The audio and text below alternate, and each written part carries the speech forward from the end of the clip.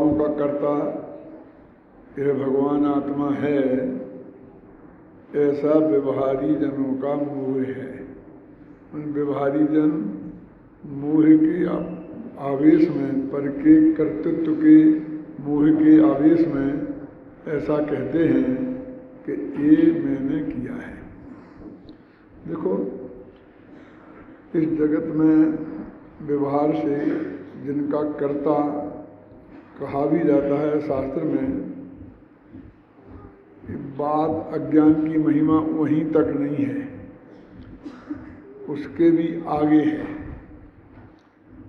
जिन कार्यों में हमारा दूर का भी संबंध कुछ नहीं होता है, जिन्हें हम बिल्कुल रंच मात्र भी न उपादान न निमित्त, समझ लो कि हमको विकल्प भी नहीं आया उस काम को करने का,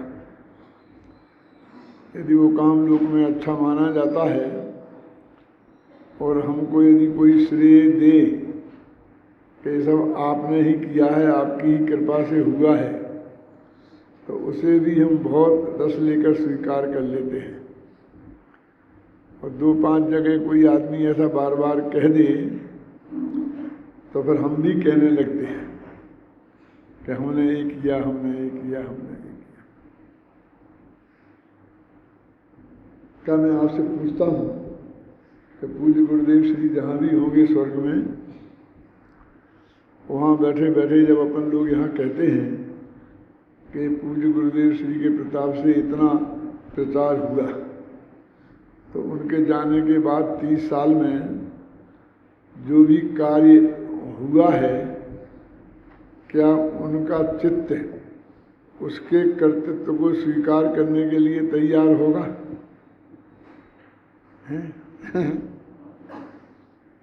आप नहीं होगा ना? अब ऐसे ही समझ लो कि ऐसी बहुत सी बातें हैं कि हमारा व्यवहार में हम ये तो बाप दादों की कृपा है, फलाना है, ऐसा कह के और चढ़ जा बेटा सूली पर भला करे भगवान। क्यों?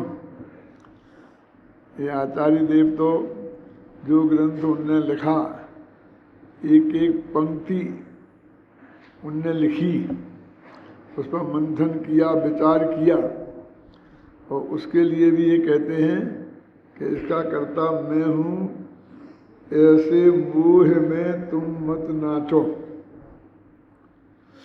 वो कहते हैं कि तुम कह रहे हो ये तुम्हें जो हमारे प्रति भक्ति का भाव रूप मोह है, उस मोह में तुम ये कह रहे हो, तो ये मोह में नाचना है। नाचना का मतलब ये है, जो कल परसों बताया था कि खोलते हुए घी में पूड़ी डाली जाती है ना, और वो नाचती है और फूल कर कुप्पा हो जाती है।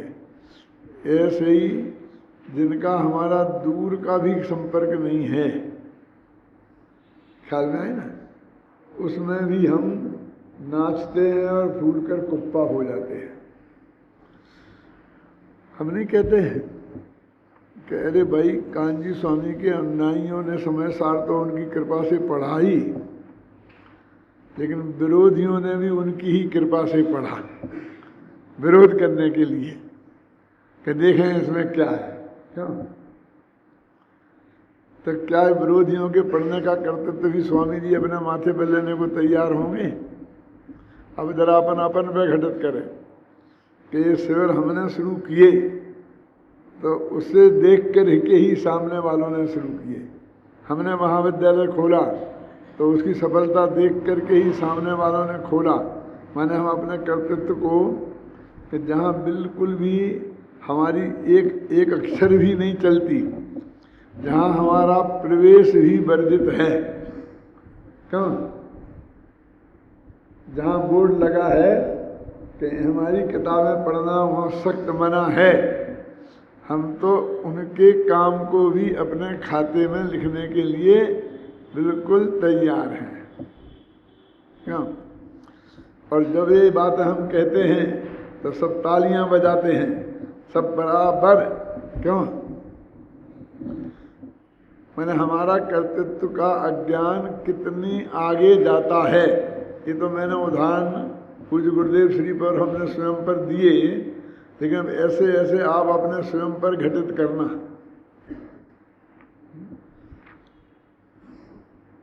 मैंने अपने परिवार पर, घर पर, हैं, ये सारी व्यवस्थाओं पर, जबकि अपने क्रमबद्ध पर्याय के सिद्धांत से तो ये सब बिल्कुल अनादिकाल से ही नक्की है। क्यों? सब अनादिकाल से एक एक संयोग नक्की है। ये जो इतनी किताबें छपी हैं तो उनमें से एक किताब ही मेरे हाथ में आएगी, ये हम लोग इस पर ध्यान भी नहीं देते हैं। हमने क्या किया कि एक किताब, पर्टिकुलर किताब मेरे को लाके देना। क्यों? आप उठाकर लाके देते हो, इतने साधारण क्रिया है, इसमें भी क्रमबद्ध पर्याय कहती है कि अनादिकाल से मैं पहले भी ये नक्का था कि आपके हाथ में एक पहले वो किताब आएगी जिसमें से 12 पेज, 14, 16 पेज गायब होंगे। फिर आप दूसरी किताब मंगाएंगे तो दूसरी कौन सी पर्टिकुलर किताब आएगी क्या? वो भी अनादिकाल पहले से नक्की था। इतनी बात के नक्की होने पर भी हम कितने कितने कार्यों का कर्तृत्व अपना माथे लेते रहते हैं। क्यों? कि मैंने ये चुना, मैंने ये चुना, मैंने ये किया, मैंने ये किया। मैंने तो सत्य की खोज में लिखा है, कई सत्य की खोज आज से 35-40 वर्ष पहले लिखी गई थी, उसमें भी ये शब्द लिखे हैं कि जैसे कि भगवान महावीर की पिता जो सिद्धार्थ की शादी त्रिशला के साथ होगी, ये आदिनाथ के जमाने में नक्की हो गई थी। क्यों? मैं तब से ये बात सुनिश्चित थी। क्यों? ये तो एक उदाहरण है।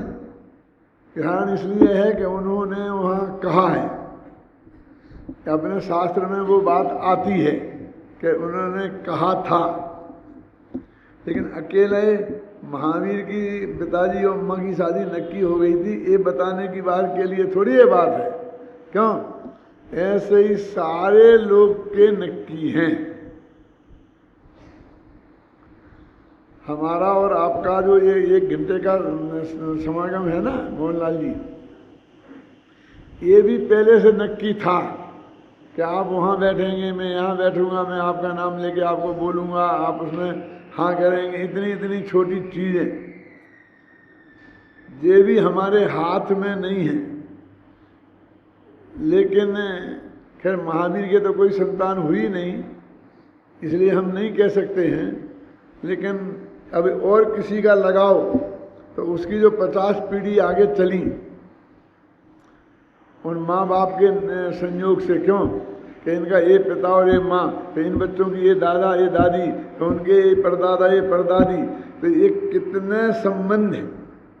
यदि तेरे विकल्प के कारण एक का भी होता तो तुम अपनी रुचि अरुचि के कारण उसमें परिवर्तन कर सकता होता, तो ये भविष्य के सारे संयोग तुझे पलटने पड़ते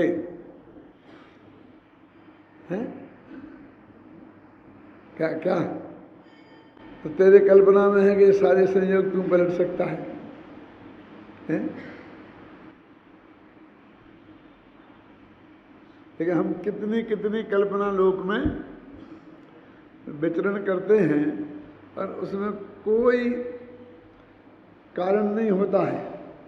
सब हमारे हृदय के राग देश, मतलब कोई हमें अच्छा लगता है, कोई हमें अच्छा नहीं लगता। राग देश में और क्या? क्यों? उसके अच्छे होने से और नहीं होने से इसका कोई संबंध नहीं है। किसी को महावीर अच्छे नहीं लगते हैं तो महावीर भी अच्छे नहीं थे क्या कमल जी? ये हमारे जो वीतरागी सर्वज्ञ परमात्मा हैं, वो ये जैन धर्म किसी को अच्छा नहीं लगता तो ये अच्छा नहीं है। किसी को अच्छा लगने और ना लगने से इसके अच्छे होने और ना होने का क्या संबंध है? और किसी को जो जगत में भी सबसे बुरा माना जाता है ऐसा व्यक्ति भी अच्छा लगता हो, क्यों? तो उसके अच्छा लगने से क्या ये सिद्ध हो सकता है कि वो अच्छा है? मेरे कहने का मतलब है कि व्यक्तियों के अच्छे और बुरे होने से हमें अच्छे और बुरे लगने का कोई संबंध नहीं है, दूर का भी रिश्ता नहीं है। तो हमारे अंदर में जो ये मान्यता है कि ये अच्छा है ये बुरा है, ये तो बिल्कुल प्योर हमारे अंदर के राग द्वेष के आधार पर ये नक्की हमने कर लिया है, खत्म। और वो बिल्कुल निराधार है, और आचार्य देव उसी मान्यता को यहाँ हटाना चाहते हैं। तो अपन ने कल एक गाथा का अर्थ किया था ना कि व्यवहार से यह आत्मा घटपट रसादिक द्रव्य का, इंद्रियों का, कर्म का, नो कर्म का कर्ता कहा। कि व्यवहार नय के माध्यम से घड़ा, कपड़ा और रथ माने गाड़ी,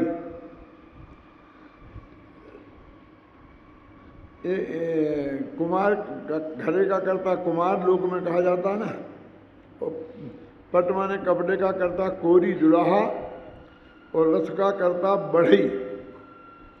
वो अपने तो दिमाग में बैठे रथ माने तो भगवान की सवारी निकलती है, उसको ही हम रथ कहते हैं।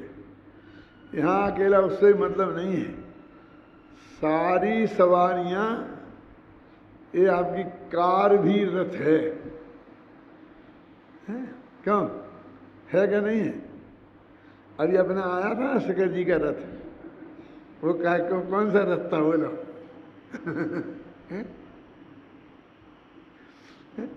तो हमारे दिमाग में जम रहा वो पहले जो पंच कल्याण को में गज रथ यात्रा में रथ निकलता है कि वो रथ कहलाता है, लेकिन अब इसको भी रथ कह रहे हैं कि नहीं कह रहे? तो ये घर और इंद्रियां और कर्म और नो कर्म का कर्ता कहा। यहाँ जो कर्म शब्द है उसमें मैंने कहा था कर्म, द्रव्य कर्म और भाव कर्म दो प्रकार के होते हैं, इसलिए भाव कर्मों की चर्चा तो अपन पहले कर चुके हैं, यहाँ द्रव्य कर्म लेना ऐसा कहा था कल। फिर भाव कर्म की चर्चा क्यों आ गई थी, वो इसलिए आ गई थी।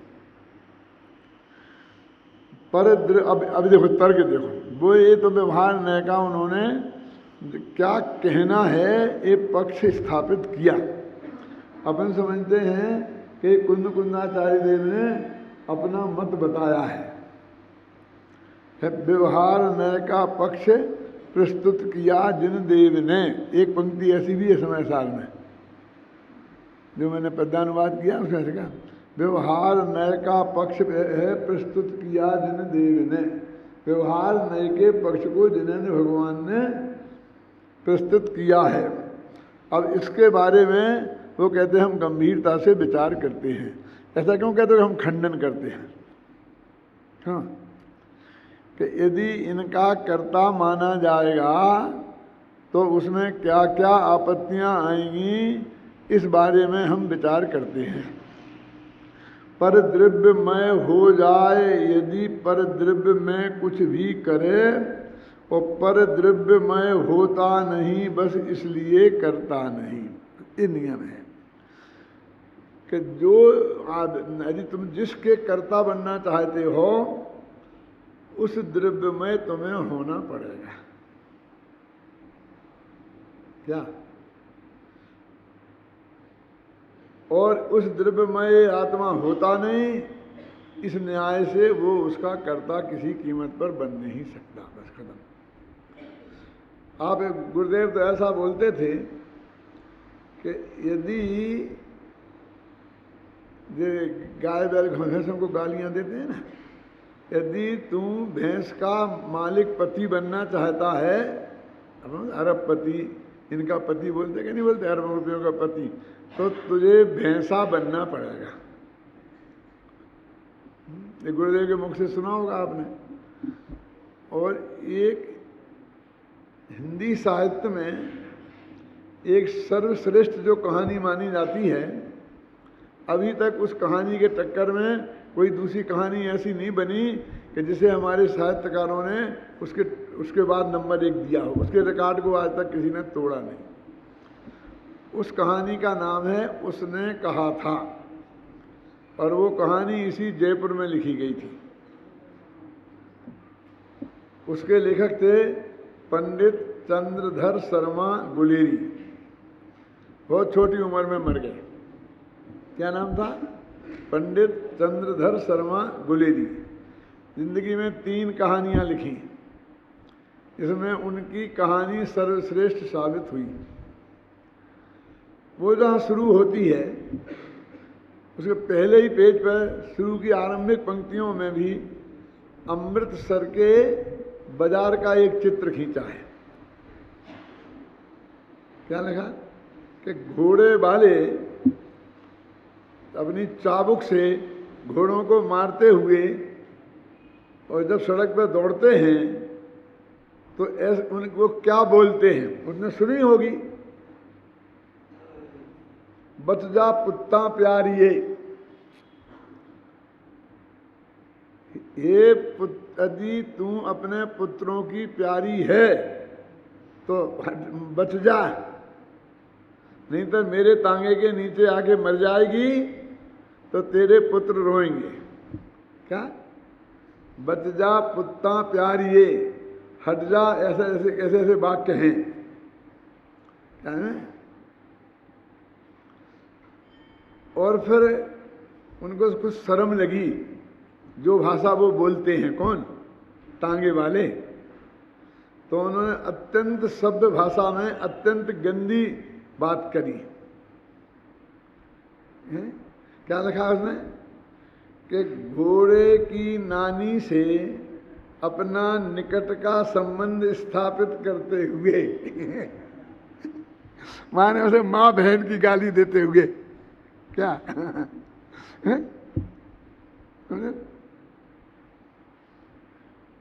माँ बहन की गाली नहीं दी उन्हें, ऐसा नहीं लिखा।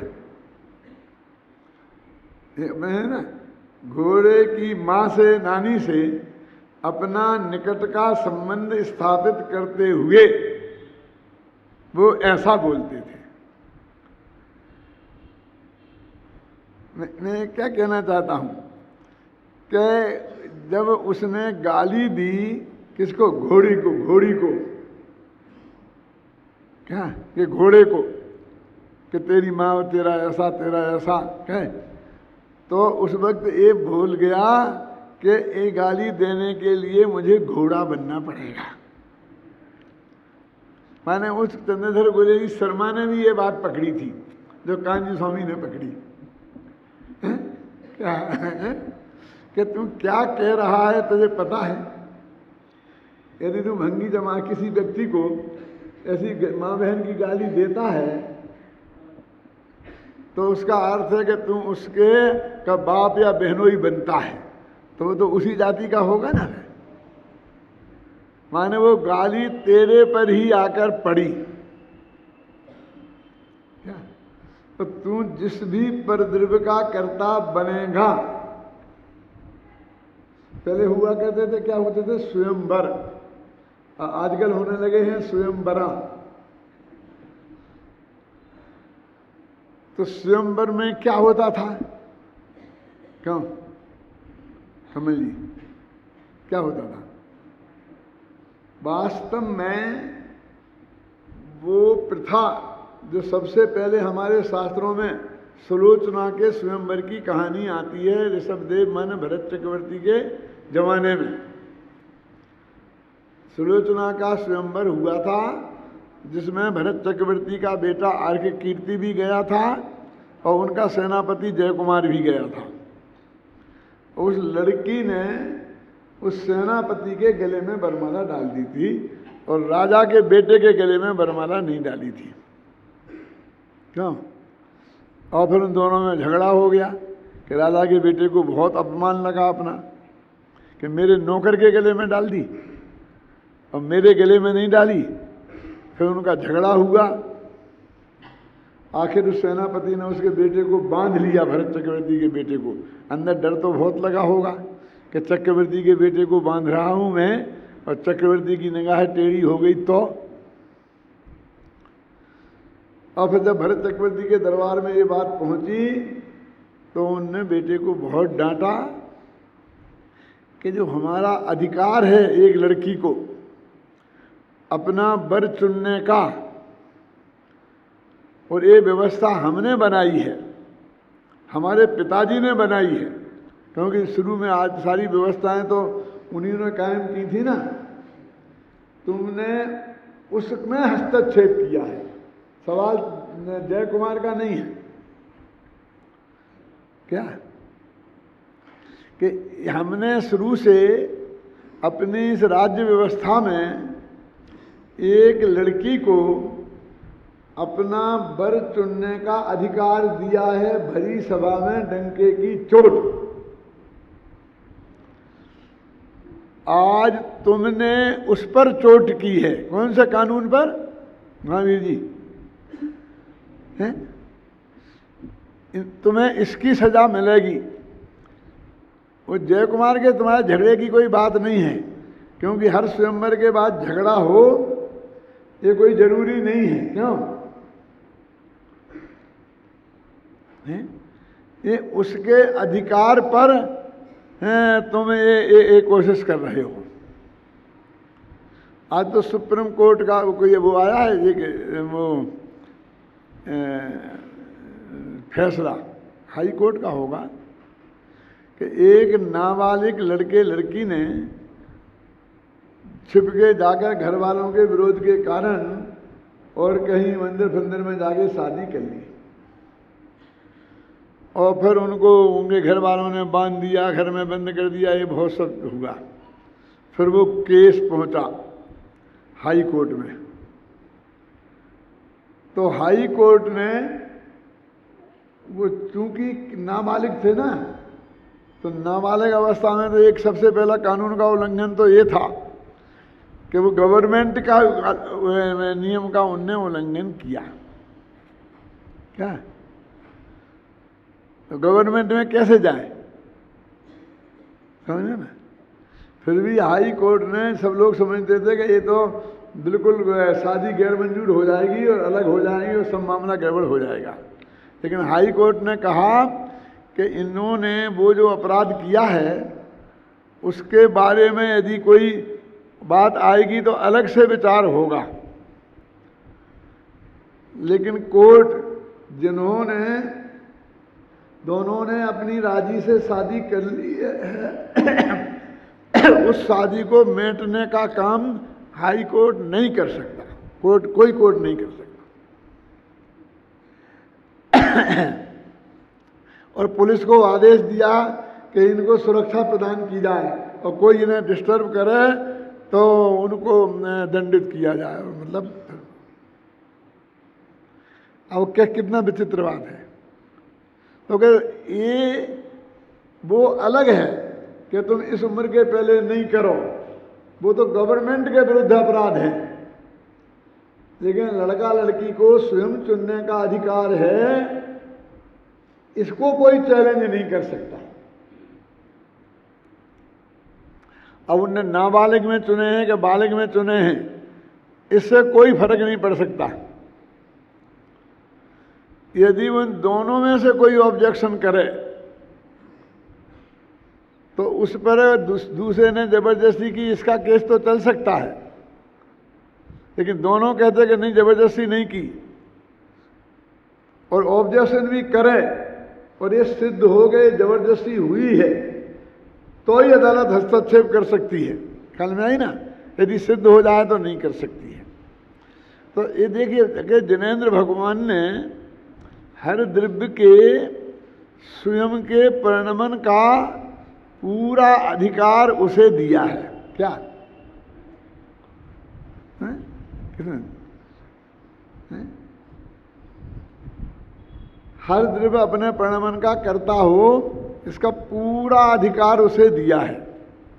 अब कोई आदमी यदि उस अधिकार को चुनौती देना चाहता है तो उसे सबसे पहले तो अपने अस्तित्व को मिटाकर अपने अस्तित्व को उस रूप करना पड़ेगा, उसके अस्तित्व में शामिल करना पड़ेगा। है ना रमेश, क्या कहते हैं? देखो, पर द्रव्यमय हो जाए यदि पर द्रव्य में कुछ भी करे, समझो कितना खतरनाक काम है कि तुम इस पत्थर को तोड़ना चाहते हो ना, बेटा पत्थर हो जाओगे। क्योंकि पत्थर को टूटने की क्रिया का कर्ता पत्थर है। क्या है? पर द्रव्यमय हो जाए यदि पर द्रव्य में कुछ भी करे। सच्ची बोलो ईमानदारी से, एक दफे ये तथ्य हमारे ख्याल में आ जाए, ख्याल में आए ना, तो फिर कोई पत्थर तोड़ने की कोशिश करेगा? हैं? गुरुदेव श्री एक बहुत मार्मिक बात कहते थे। देखो बहुत मार्मिक बात है कि रावण नरक क्यों गया। क्या? तो उन्होंने कहा कि उन्होंने एक सती के भाव को बदलने का महापाप किया था। क्या? बदलने का, बदल तो नहीं पाए, बदलने का प्रयास किया था कि वो राम के प्रति राग तोड़कर और मेरे प्रति राग करे। क्या किया था? सीता के भाव को बदलने की कोशिश की थी, बदल नहीं दिया था। तो परद्रव्य के प्रणमन को बदलने की एक कोशिश का ये इतना बड़ा अपराध है कि उसे नरक में